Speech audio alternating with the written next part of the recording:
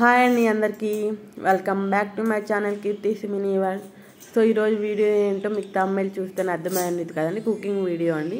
So ఇదైతే methi chaman curry మనం రెస్టారెంట్లో అండ్ డాబాలో తింటాం కదా, సో అదే స్టైల్లో ఇంట్లోనే ఎలా ప్రిపేర్ చేసుకోవాలో నేనైతే చెప్పేస్తాను. చూసండి, సింపుల్ ఇంగ్రీడియంట్స్తో అండ్ ఎటువంటి మసాలాలు ప్రిపేర్ చేయకుండా అయితే మనం ఈ రెసిపీని చేసుకోవచ్చు. ఇంకా ప్రాసెస్ అయితే స్టార్ట్ చేసేద్దాము.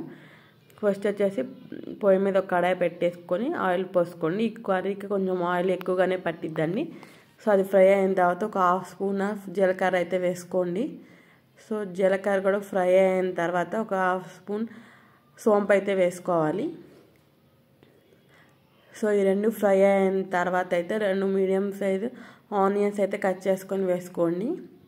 సో ఈ కర్రీకి టేస్ట్ ఆనియన్స్ అనండి. ఇవైతే మనం గోల్డెన్ ఫ్రై వచ్చేంత వరకు అయితే ఫ్రై చేసుకోవాలి. మీకు కొంచెం తొందరగా ఫ్రై అవ్వాలి అంటే కొంచెం సాల్ట్ వేసేసుకొని ఫ్రై చేసుకుంటే కొంచెం తొందరగా ఫ్రై అవుద్ది అండి ఆనియన్స్ వచ్చేసి. సో ఆనియన్స్ ఇలా గోల్డెన్ కలర్ ఫ్రై అయిన తర్వాత దీంట్లో అయితే కొంచెం మనం అల్లం వెల్లుల్లి పేస్ట్ అయితే వేసేసుకోవాలి. సో అల్లం వెల్లుల్లి పేస్ట్ పచ్చివాసన పోయేంత వరకు వేయించుకోవాలి. సో ఫస్ట్ టైం ఎవరైతే మన ఛానల్ చూస్తున్నారో ప్లీజ్ సబ్స్క్రైబ్ చేసుకొని పక్కన ఉన్న బెల్ ఐకాన్ అయితే క్లిక్ చేసేసేయండి. నేను పెట్టిన ప్రతి వీడియో నోటిఫికేషన్ మీ వరకు అయితే వస్తుంది.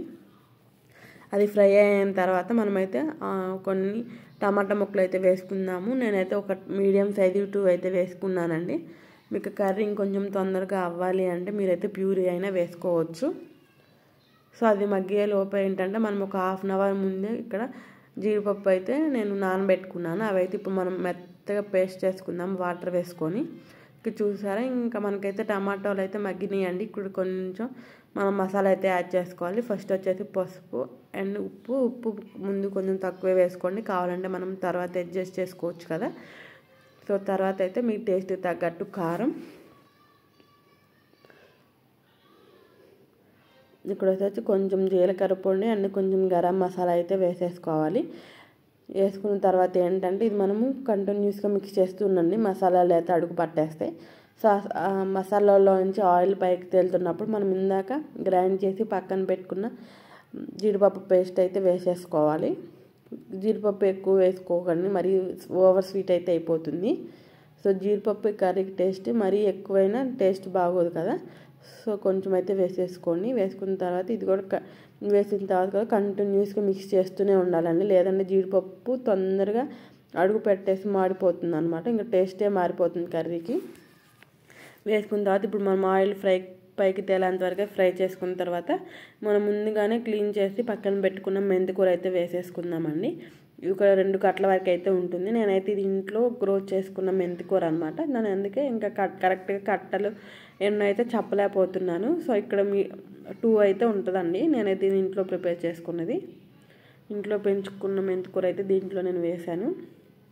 వేసిన తర్వాత మొత్తం బాగా మిక్స్ చేసుకొని ఒక 2 మినిట్స్ ఫ్రై చేసుకుంటే ఇలా ఆయిల్ పైకి తేలుతుంది.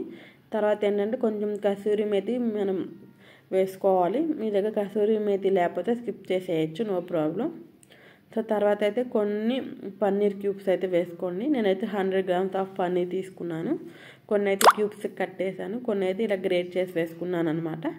సో నేను ఇచ్చే టిప్ ఏంటంటే ఏ కర్రీకైనా పన్నీర్ యూస్ చేసే కర్రీలకి క్యూబ్స్ లాగా వేసుకున్న తర్వాత కర్రీని అయితే ఎక్కువ మిక్స్ చేయకండి. ఎక్కువ మిక్స్ చేస్తే క్యూబ్స్ అయితే మ్యాష్ అయిపోతాయి. సో అప్పుడు కర్రీకి అంత టేస్ట్గా అనిపించదు.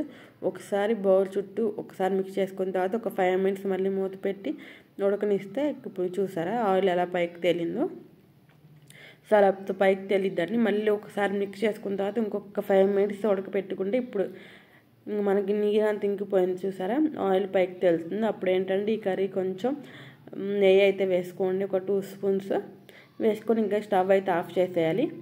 స్టవ్ ఆఫ్ చేసిన తర్వాత మనమైతే ఫ్రెష్ క్రీమ్ అయితే వేసుకోవాలండి, ముందు వేసుకోవద్దు. స్టవ్ ఆఫ్ చేసిన తర్వాత ఫ్రెష్ క్రీమ్ వేసుకోవాలి, లేదంటే ఇంక తర్వాత కూర ఏంటంటే ఇరిగిపోయినట్టు వస్తుంది. ఇంకా స్టవ్ ఆఫ్ చేసుకున్నాం కదా, ఇంకా దీన్ని అయితే మనం బౌల్లోకి అయితే సర్వ్ చేసుకుందాము. సో చూసారా ఎంత సింపుల్గా ఎంత టేస్టీగా చేసుకోవచ్చు. మనకి ఇది కొంచెం బయట కాస్ట్లీగా ఉంటుంది కదా, సో ఇంట్లోనే తక్కువ ఖర్చుతో అండ్ తక్కువ మసాలాలు ఎటువంటి మసాలాలు ప్రిపేర్ చేయకుండానే మనమైతే ఇక రెసిపీని అయితే ట్రై చేయొచ్చు. సో చూసేసేయండి.